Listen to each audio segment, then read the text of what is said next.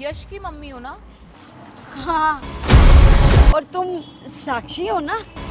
यश ने बताया था मुझे तुम्हारे बारे में। कैसी हो बेटा तुम? Excuse me, wait a minute. तुम ये रोड पे रेडी लगाती हो और ये बेटा बेटा किससे बोल रही हो? यश ने मुझे कभी नहीं बताया कि उसकी माँ ऐसे सड़क छाप है और ये सड़क पे रेडी लगाती फिरती है। ये तुम कैसी बातें कर रही हो बेटा? अरे यार, एक तो ये बेटा बेटा बोलना बंद करो। मैं ना एक काम करती हूँ, मैं यश को अभी कॉल करती हूँ। उसने मुझसे इतना बड़ा झूठ बोला। एक मिनट। हेलो यश, तुम अभी के अभी ना यहाँ आओ जहाँ तुम्हारी मम्मी रेडी लगाती है।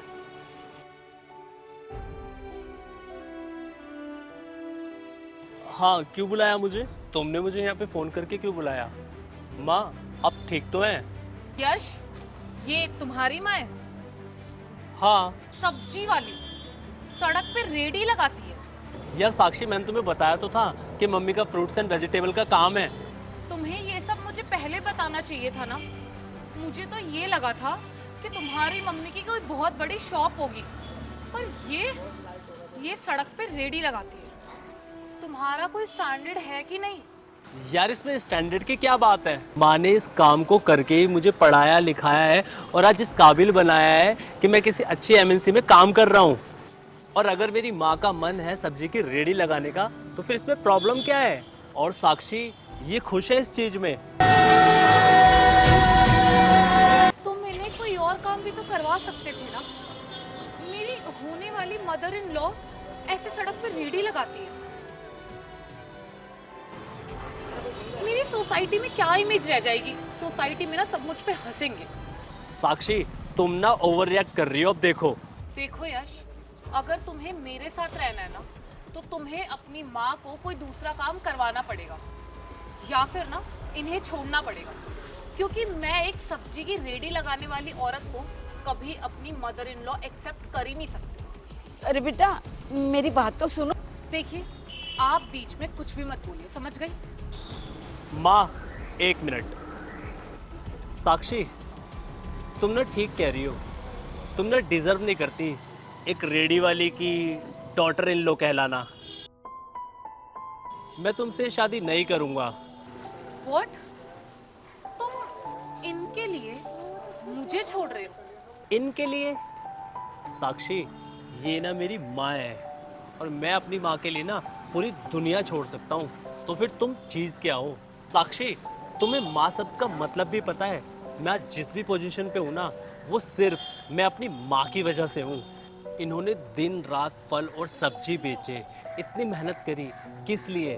सिर्फ मेरे लिए, कि मैं पढ़ सकूं और एक अच्छा और एक काबिल इंसान बन सकूं। साक्षी, मैं भी चाहता हूं कि मेरी माँ की एक बड़ी शॉप हो, एक अच्छा बिजनेस चलाएं, लेकिन मेरी माँ इस रेडी के साथ खुश है। क्यों? क्योंकि उनके इमोशन जुड़े हुए हैं इसके साथ में। और हाँ, जहाँ मेरी माँ खुश है ना, मैं वहाँ खुश हूँ। पर मैं तुम्हारे साथ तो बिल्कुल नहीं रहूँगा, क्योंकि जो लड़की मेरी माँ की इज्जत नहीं कर सकती ना, मैं उसके साथ तो कभी रह ही नहीं सकता। I am really sorry Yash, please मुझे माफ़ कर दो। मैंने तुम्हारी मम्मी की इतनी ज़्यादा डिसरिस्पेक्ट करी, बट सच में आई एम रियली सॉरी। मैं आगे से ऐसा कभी नहीं करूँगी।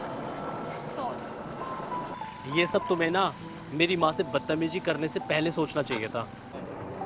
साक्षी, तुम्हें ना एक बात बताता हूँ। तुम ना एक लड़की हो, इसलिए इतनी शर्म कर रहा हूँ। अगर तुम्हारी जगह कोई और होता और वो इस तरह से मेरी माँ के साथ बदतमीजी करता, तो मैं उसे यही जान से मार देता।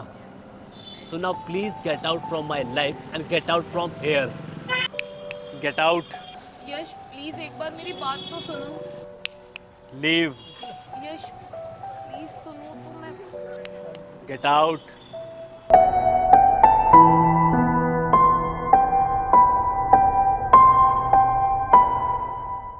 बेटा, बेटा मेरी बात तो सुन बेटा। माँ, ये तूने क्या किया बेटा? मैं बात करती ना साक्षी से। माँ, मुझे अपनी लाइफ में ऐसा इंसान बिल्कुल नहीं चाहिए जो मेरी माँ की इज्जत ना कर सके। पर बेटा ये माँ, आप सिर्फ मेरी माँ ही नहीं हो, बल्कि मेरा तो भगवान भी आप ही हो। और आपके ऊपर ना ये पूरी दुनिया कुर्बान है।